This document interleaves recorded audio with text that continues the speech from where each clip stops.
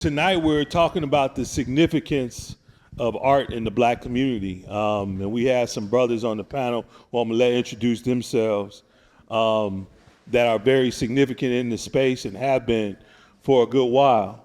So without further ado, brothers, if you could give a quick introduction of yourself. One of our brothers we know already, but I want him to reintroduce himself. And then just give a quick introduction of yourself in the artwork space, and then we're gonna open it up for questions. Everybody good? Yeah. Go. My name is Gilbert Young, and I'm most known for a painting called He Ain't Heavy, where the brother's reaching down helping another brother. So about 42 years ago, I created that piece, and it has served me well, went all around the world. I've been doing art ever since I was about 7 years old. I sold my first piece at outside a bar where I knew the guys were drunk and they wasn't good judgment of art. I think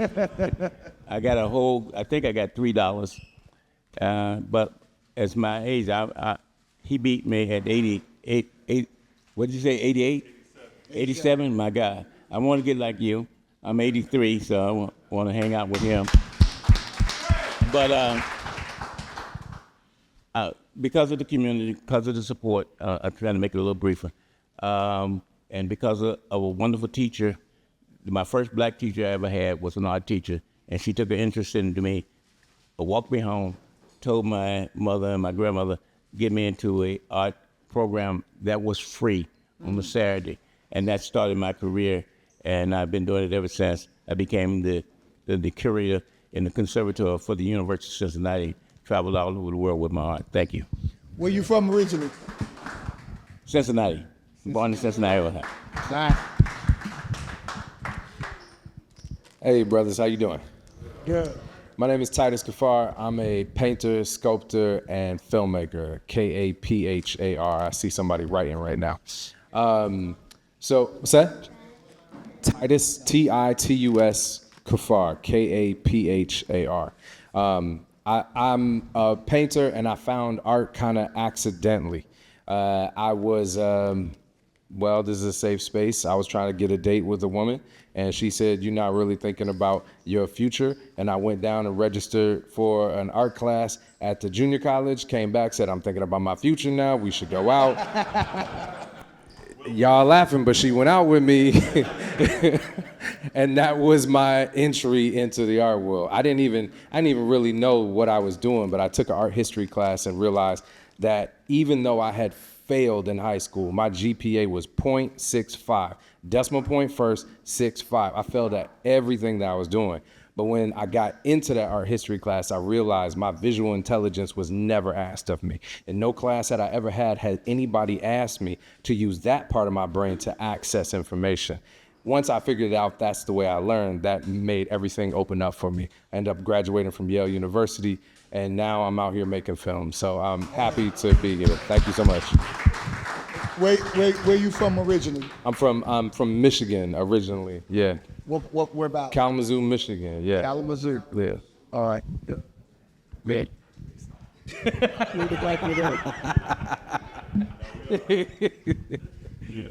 So, the art, in terms of how you all got into it, what has it opened up for you in terms of life experiences, how you see the world? You know, how has that changed from when you first got going until where you are today? Your sermon? Yeah.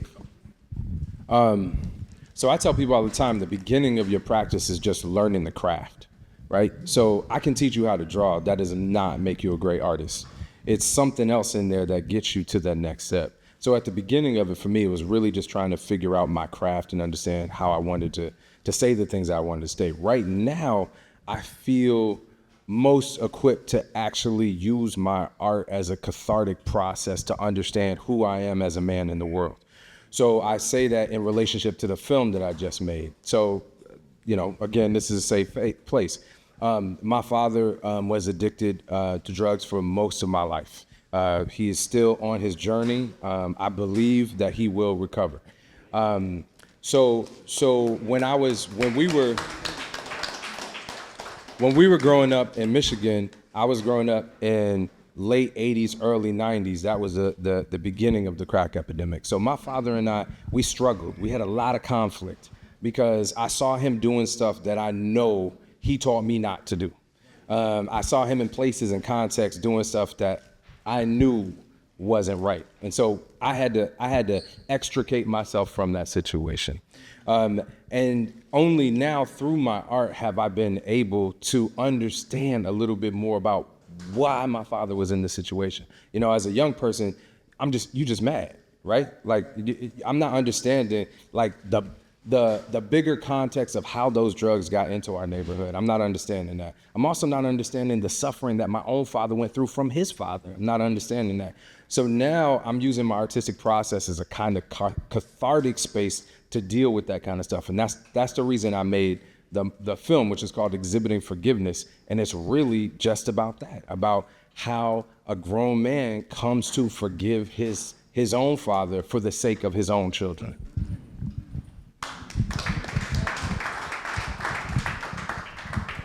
Well, it's so interesting to be sitting beside the youth, and they have the opportunity to have many talents that in my ear we was focused on one, if we could even get one. First of all, I had never seen an artist in my community. No one was working as an artist. That was something that was an abstract form. Okay, many people were on just in the survival mode. All right, so you know, one of the great lessons that I learned was when I was a young man and I attended this church of Reverend Otis Moss, and he said his dad, yes, daddy, not Junior, but he said, "We are who we are in spite of." Now, everyone else up there can tell a story of woe is me, okay? But what art has done for me is to expose my creativity and how I look at things and how I see things. Now, our story are identical, okay? I failed in school. They told me I was a slow learner. They held me back 1 year.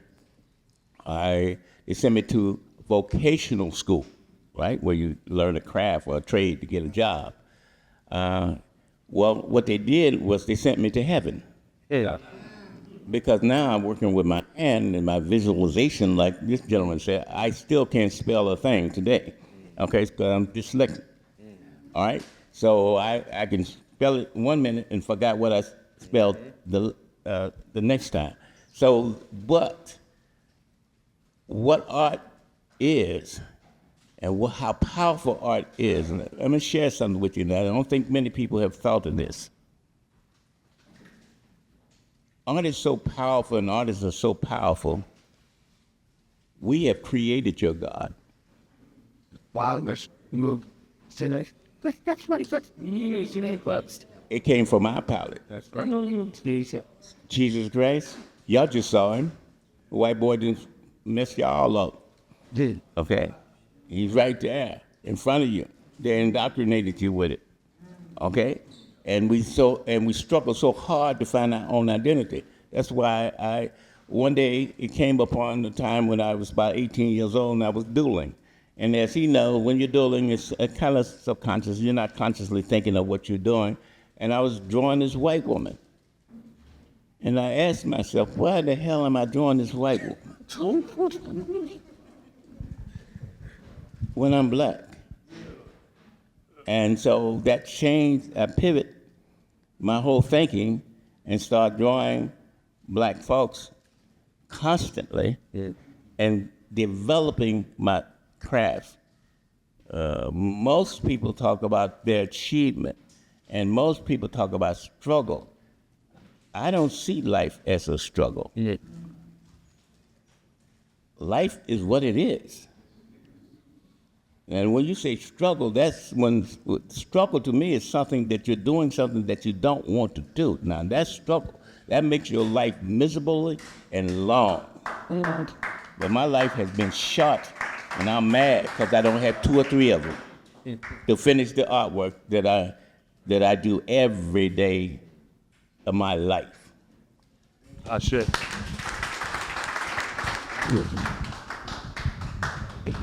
So one more question, and then we'll move it out to the audience. You know, Brother Titus and Brother Gilbert, I know that you both have been inspired by something to do the work that you've done, right? And when you talk, you just briefly talked about it as it relates to our blackness, but I know that both of you all in your work are very intentional about showing our blackness, both the beauty and sometimes the pain. Can you talk about that a little bit and what motivated you to start that way in terms of your artwork?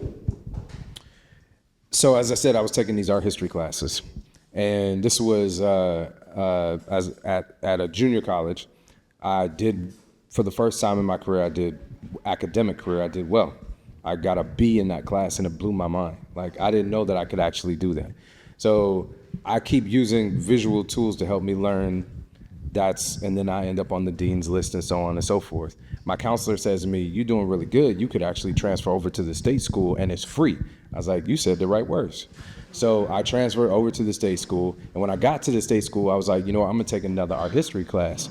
I took this art history class, and in the middle of this art history class, we get there at the beginning, we look at the book, and I'm like, oh, this is gonna be interesting, it's gonna be really cool. There's a section in the book that has black people in painting. Now, it's a messed up section because it's not just black artists, it's black artists, black writers, it's like just anything black in art they put there. So it could be abstract, it could be figurative. It just was not curated, but you know what? It was there. So I was happy about it. I was like, I'm like one of 2 black people in this entire class. I'm happy that she's doing this. So go through the year doing well. Now I'm a good student. So I sit in the front of the class. I'm getting A's now. You need to know I'm here, right? So we come to the class and she's about to teach this lesson. I'm excited about it. We open the book. I'm like, I know what we're doing today. You know, I looked at the syllabus. She gets up in front of the class, white lady. She says, "I'm sorry, we're gonna be skipping this section." I raised my hand. "Excuse me, hold up. What's going on? Why are we skipping this section?" She said, "We don't have time to go over this." I said, "Clearly the author thought it was important. It's important to me. I know it's only 2 of us in this class, but like, I think we should go over this." And she said, "Titus, I don't have time for this." I said, I'm sorry. This is an important thing to me. When will you have time? We need to talk about this." I ended up going to her office. She kicked me out of her office. I went to the dean. The dean was like, "I can't force her to teach anything." And it was in that moment that I realized if I wanted to understand our history, I was gonna have to make my own syllabus. I was gonna have to write the stories. I was gonna have to find the elders who already tracked and went on this path and say, "Tell me what you know." Because the school was not going to do it. Even when it was in the textbook, they were not going to do it. That became a part of my whole project. So my first real conceptual art project was going through that art history book. And in that section, I painted every single painting that had a black person in that section. That was my first like real conceptual art project. But I painted it on dry erase whiteboard because that's what was in the front of the classroom. And I painted nothing else. It was the same size as the original composition, but the only thing I painted on the composition was that black figure, the person who never got focus in her discussion, in the conversations in the textbook. So my artistic practice grew directly out of that experience. Oh.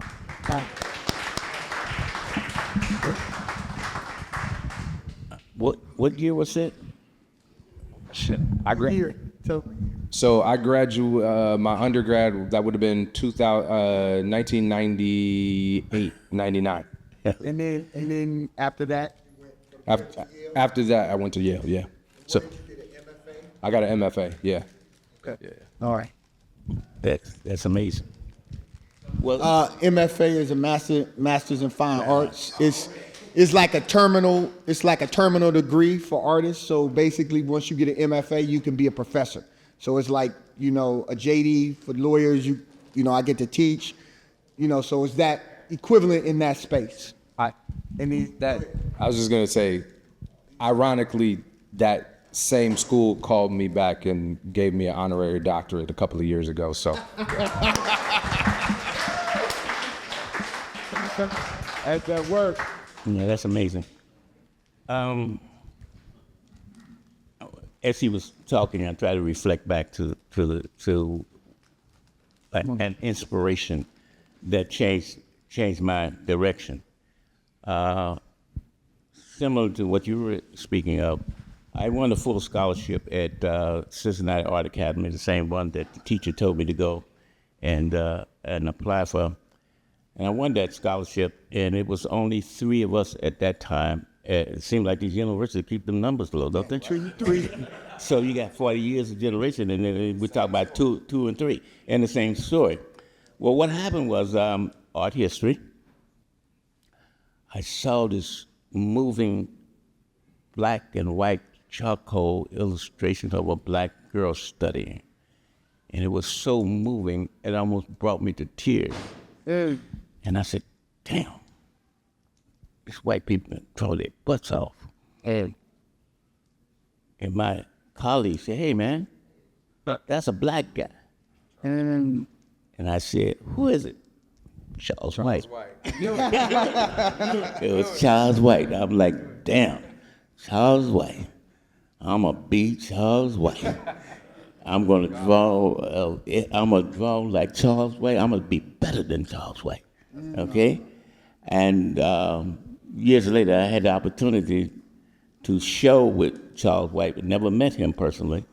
Okay, and the lady from California asked me to put my work in the show, but I'm like, they had no money, and I had to pay for my own shipping and all this stuff. And I said, well, who's going to be in the show? And she said, ran down a bunch of artists that I never heard of, and then she said, Charles White. And I said, that's it, because I know my name is Young. I said, are you going to have a brochure? Because if you have a brochure, somewhere along the line, W and Y are close together. Okay. So that was my hero. I tried to copy everything that he did. I tried to draw like him, but as you know, you only become better than yourself. And suddenly I started finding my own identity, and everything black was beautiful to me. Wow. I gotta ask this one question before we move. First of all, I mean, how many of y'all feel just grateful, you know, to be able to hear these brothers from 2 different generations just talk about, you know, falling in love, being in love with black people, and then creating from that space. That's beautiful, and it's powerful and inspiring. I want to ask, can you give the context of your creation of He Ain't Heavy? What like, yeah, get a backdrop on that. And everybody knows what we talking about, right? Where the brothers reaching down. If you driving down Memorial, it's on the side of a building, a mural on the side of a building on your way away from downtown, headed out towards Decatur. It's on the side of the building, but you can look it up. Memorial Drive, on Memorial Drive. So Yeah. Well, this is what happened. Hello, Valerie. Well, I'm a child of the 60s, yes, and we were, you know, marching in the streets and singing "We Shall Overcome" and rolling around with white folks trying to play like things don't change. And I was tired. I had got frustrated with the progress of what we were trying to do. And it seemed like it was redundant. We were repeating ourselves constantly. Something happened, we hit the tree, we go sing and stuff. And it's a huge problem, right? This racism and the situation that we find ourselves in. And I was at home. And by this time I'm married, and a young man, I got kids. And I was sitting there watching a basketball game in the evening. And I had a studio downstairs as well as a studio at the campus. And I thought about, I said, wow, most of our problems are internal. The external forces really have not that much force on us. And if we would help each other, reach back and help those who are less fortunate, no matter what the situation is. If you know more than somebody in school, but if you had something more to eat, you gave them to them. And I said, we could solve this crisis that we're in, right? And we have been singing this song, He Ain't Heaven, He's My Brother, right? Now, and I looked on the television screen, and I don't even remember this basketball player's name, but he was huge. He had shoulders, round shoulders, as big as his bald head. And he was leaning over, and he was bouncing the ball, and they shot him from the front. And I said, that's it. You got to be strong. That's the only way I can illustrate it so people will realize or will be comfortable with that brother could lift us up. That brother himself could pull us up. As I ran down into my studio, I started doing lots of sketches, okay? And I sketched and I sketched and I said, and I came up with this, and I write the title down every time I sketch it, and I had the two hands together. And I said, oh man, that's not gonna work, because I told them what to do. My viewers, and I hope I'm giving something to this young man, have to be a part of what you're creating.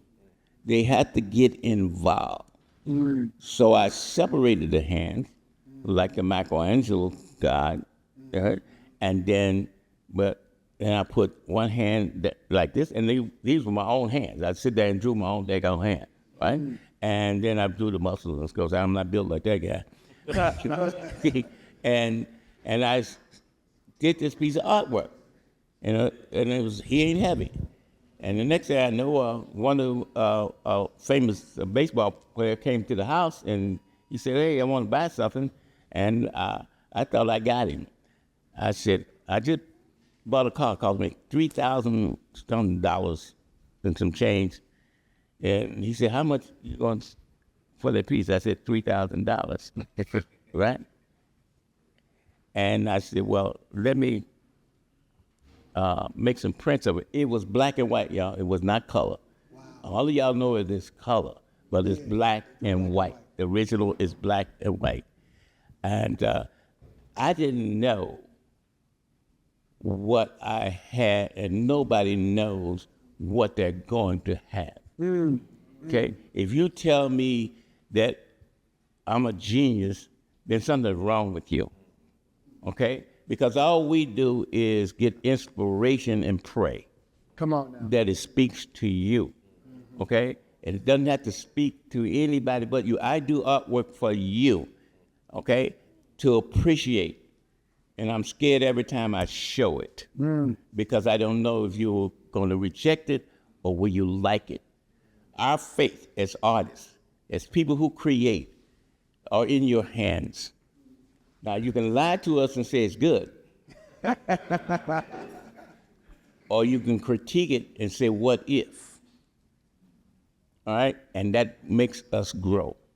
But being an artist gives me the outlet to identify with myself.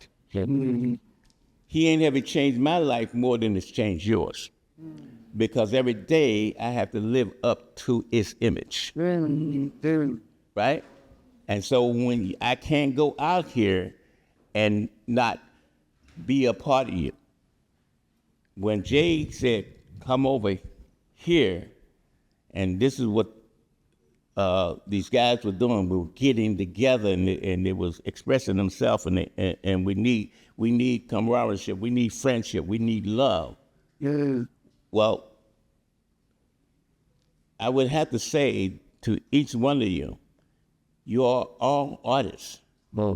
Your life is your canvas. Okay, and what you put into that, on that canvas will be remembered. They won't remember you drove a fancy car. They're not going to remember anything about that. When you lose a loved one, Come on now. Do you remember what they were wearing? You don't remember that. But you do remember the caring that they gave you, the love that you gave you. I would have to say this. It was another inspiring moment when I was the 8-year-old kid. I ran home to my grandmother with my picture in her hand. And I ran up the steps. I was so proud of the picture, right? I ran up the steps. We lived in a 3-room apartment. The kitchen was in the back. And ran in there. Grandma, she's about 5 foot tall, about 5 foot round. Okay? A little black butterball with white hair. And I said, Mama, look. And she got the picture and she put it out in front of me and stretched her arms as far as she can go. And she said, baby, this show is beautiful. And I said, this woman lied.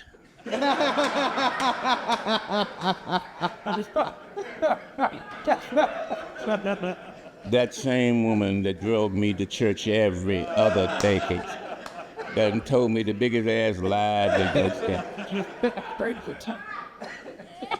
it's upside down. It's upside down.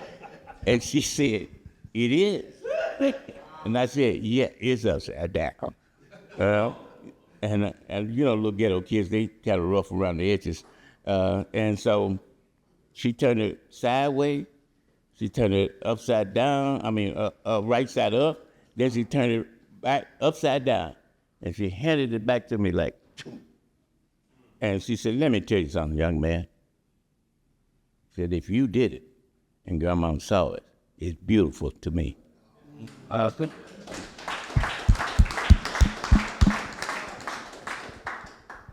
So this is what artists try to do. When he tells a story, he's trying to make it beautiful for you. He's trying to relate to you, to him, because there is a universal spirit and a universal experience, and it is life. It is the most precious thing that you will ever have. When you said, name something that, inspired you today, I'm like, I got up. Yeah. See, what happens is, in youth, in middle age, you expect to get up. I don't expect that anymore. I expect to die. And I got a lot to do before I die. I remember I fell out somewhere and I said, damn, I got to finish that painting.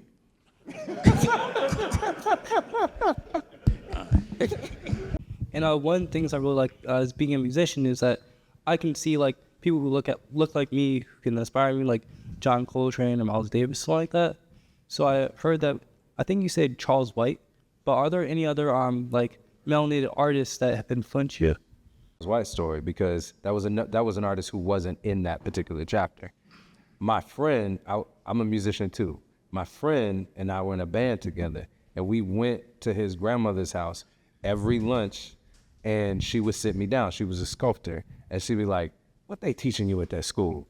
And I'd say something or another, and she'd be like, "Y'all ain't talked about the Harlem Renaissance yet. Y'all ain't talked about Charles White yet."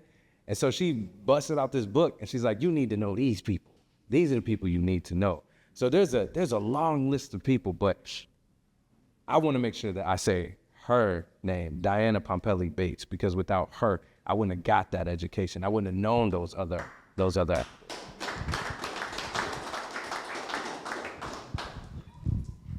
All right. Hey, everybody. My name is Ali Amin Carter, and my question is for Titus. Hey, brother.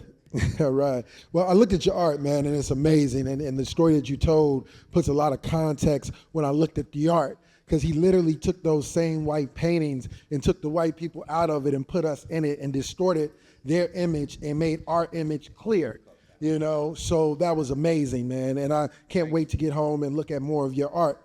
But I'm an actor. So when I looked up your film, man, brother, how in the did you get Andra Day, Anjanou Ellis, two of the coldest actresses on screen right now, and then I'm also a thespian, so two of the coldest theater actors, Andre Holland and Johnny Jelks, man. who I grew up with. I acted with him in Chicago a little bit in theater. Oh, yeah, he's so still in Chicago, yep. I'm in awe, man. And I just want to know, how did the film come to fruition? Yeah. And how did you get the coldest actors in the game to do your film? Yeah, I appreciate that, and I felt that day. I felt that every day on set. This was my first film, and every single person on that set knew significantly more than I knew. I felt just completely blessed. The thing about it is, actors know this. Actors are artists, so they were attracted to the art. So Andra, they all knew my paintings already. So when they heard that I was writing a script, they said, well, he does crazy stuff with paintings. It's very interesting. Maybe he'll do something innovative in the film space. And so they gave me a chance. So it was, it was truly faith on their part. What is it? Evidence of things unseen, substance of things. What is it? Somebody help me. There you go. Because there was no evidence that I was going to be able to do any of the things that I actually accomplished, but they believed in me. And when I needed help, and when I was, it was a very personal story. There are literally days on set where we're shooting things that I went through with my father, and when I went through it, it wasn't nothing, right? Get back to work. Don't worry about it. Brush it off. Do what you got to do.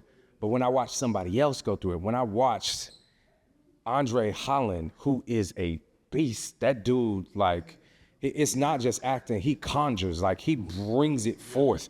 It is unbelievable. I had me crying, like literally crying. Oh, just your He's amazing. And then John Earl Jukes, like, people don't know, but people who know, really know, because he's a stage actor. I mean, August Wilson tapped him, say nothing else, right?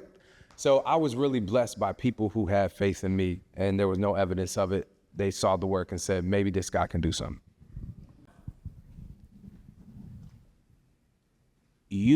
After you survive that kind of activity or lifestyle, that only God could have got you where you are.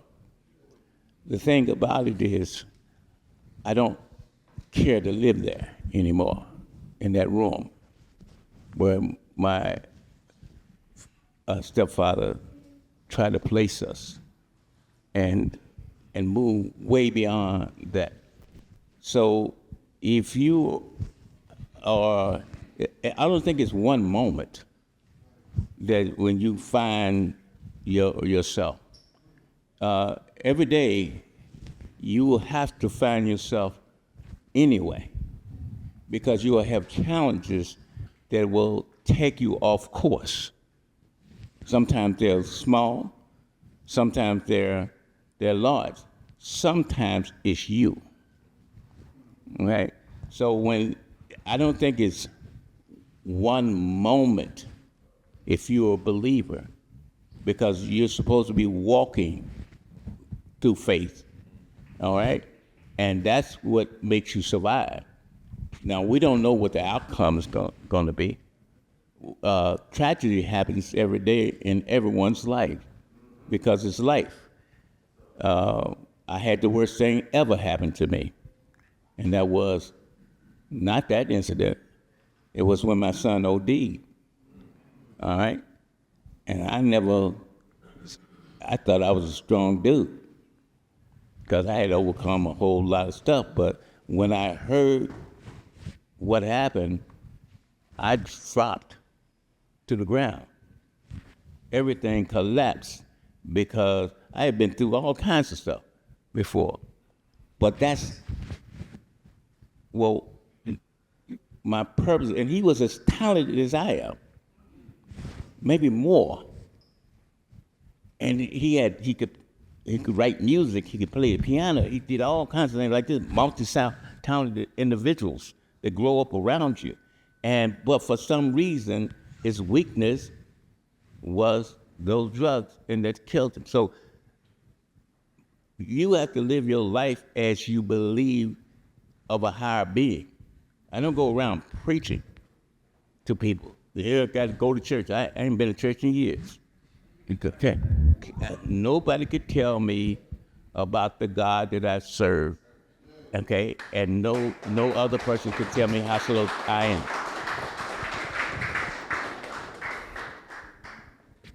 Just to close on that, or I would just say, I was blessed to know God my whole life. My grandmother's God-fearing woman. There was like we was at church all the time, so there was no moment where it was like that for me. I always knew, even when the darkest things were happening, that was not a thing that was in question for me. There are a lot of other questions, but that God's existence was never one that I struggled with. My question is, what type of music do you listen to get in your like element? Like, what genre of music to write? Like, right here, Mr. Young, like you had made that mural off of Memorial Drive. So, like, what type of genre did you listen to? I don't. A lot of talk radios. I listen to a lot of political stuff. I don't listen to music because that's their music. That's their groove that they're getting into. I don't need that to create artwork. Okay? Matter of fact, I'll go in there and forget to turn on the radio. Forget about music. I'm not music. That's somebody else's created. And so I'm gonna be jiving with what was my I forgot it. Okay. Miles or whoever. Okay. That's my relaxing time. That's not my creative time. Okay, that's when I'm sitting there, got a glass of wine, and my wife is treating me like she should be treating me. Okay, that's not. So y'all so overstimulated that you think that you need all that, and you're not listening to yourself. Okay, you got somebody else's beat in your head that is long gone, and you got to the point, and I'm gonna say this, most of you are over commercialized.